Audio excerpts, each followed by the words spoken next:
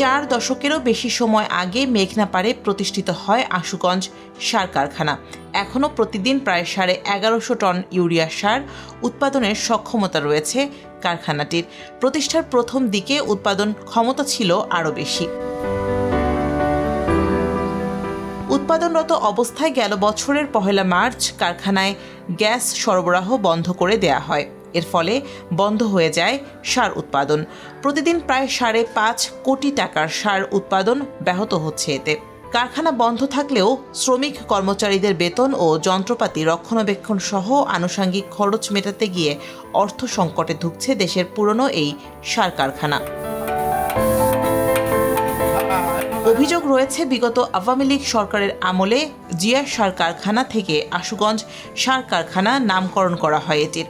এরপর ইচ্ছাকৃতভাবে গ্যাস রেশনিংয়ের নামে বছরের অর্ধেকেরও বেশি সময় বন্ধ রাখা হয় গ্যাস সরবরাহ।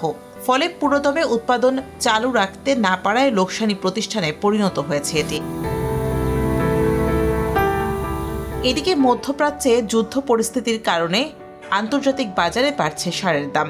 তাই সংকট মোকাবেলায় দেশের বন্ধ সার কারখানাগুলো চালুর দাবি সংশ্লিষ্টদের। 2010 সালের আগে জিয়া ফার্টিলাইজার কোম্পানি লিমিটেড ছিল। আওয়ামী সরকার আসার পরে এটার নাম Ashuganj fertiliser and company limited করে। এরপর থেকেই 2010-11 পর থেকেই গ্যাস রেশনিংয়ের নামে আমাদেরকে 3 মাস 4 মাস করে গ্যাস দেওয়া শুরু হয়। এতে আমাদের উৎপাদন ক্ষমতা হ্রাস পায় এবং দেশের উৎপাদন যেখানে 20 লক্ষ মেট্রিক টনের উপরে ছিল একসময় 2005-06 অর্থ বছর পর্যন্ত, দেখা গেছে গ্যাস রেশনিংয়ের নামে তারা আমদানি করতে শুরু করে। একটা চক্র বাংলাদেশে গঠিত হয়। আমদানিতে রমরমা, আমি মনে করি রমরমা ব্যবসা, তারা ব্যবসার স্বাদ পেয়েছে, যার কারণে আমদানিতে এখন খুবই আগ্রহী। এখন দেশের মানুষের, সাধারণ মানুষের কথা চিন্তা করলে কোনো বিশ্বের কোনো প্রতিষ্ঠান নিজস্ব প্রতিষ্ঠান বন্ধ রেখে আমদানি করে এরকম নজির মনে হয় বাংলাদেশ ছাড়া কোথায় পাওয়া যাবে না।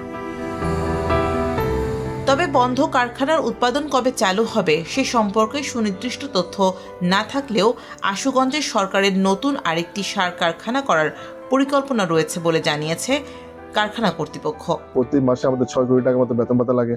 গ্যাস বিল, কারেন্ট বিল মিলে প্রায় 9 কোটি টাকার মতো আমাদের মাসে প্রায় বছরে 100 কোটি টাকার উপরে খরচ হয়।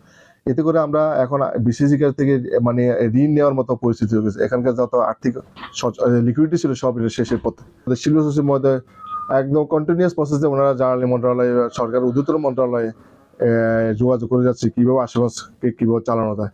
আশুগঞ্জ যেহেতু সবচেয়ে বিসিএসির মধ্যে এখন সবচেয়ে পুরাতন ফ্যাক্টরি, 45-46 বছর ফ্যাক্টরি, যার কারণে এখানে গভর্নমেন্ট নীতিগতভাবে গ্যাস দিতে চাচ্ছে না যে এখানে প্রোডাকশন লস হয় বা গ্যাস বেশি লাগে। কিন্তু সেটা তো আর আশুগঞ্জের দোষ না, সেটা তো আশুগঞ্জ পুরাতন ফ্যাক্টরির বিধায় আশুগঞ্জের গ্যাস একটু বেশি লাগে। প্রত্যেকে একটু আসার কথা জানা যাচ্ছে আমাদের বিসিসি চেয়ারম্যান মহোদয়, শিল্প সচিব মহোদয় আমাদের নতুন এখানে কারখানা হওয়ার জন্য এরকম হয়তো ইউরিয়া ফার্টিলাইজার, নল ড্যাপ, নল টিএসপি, যে কোনো একটা ফার্টিলাইজার নতুন করে করা হবে।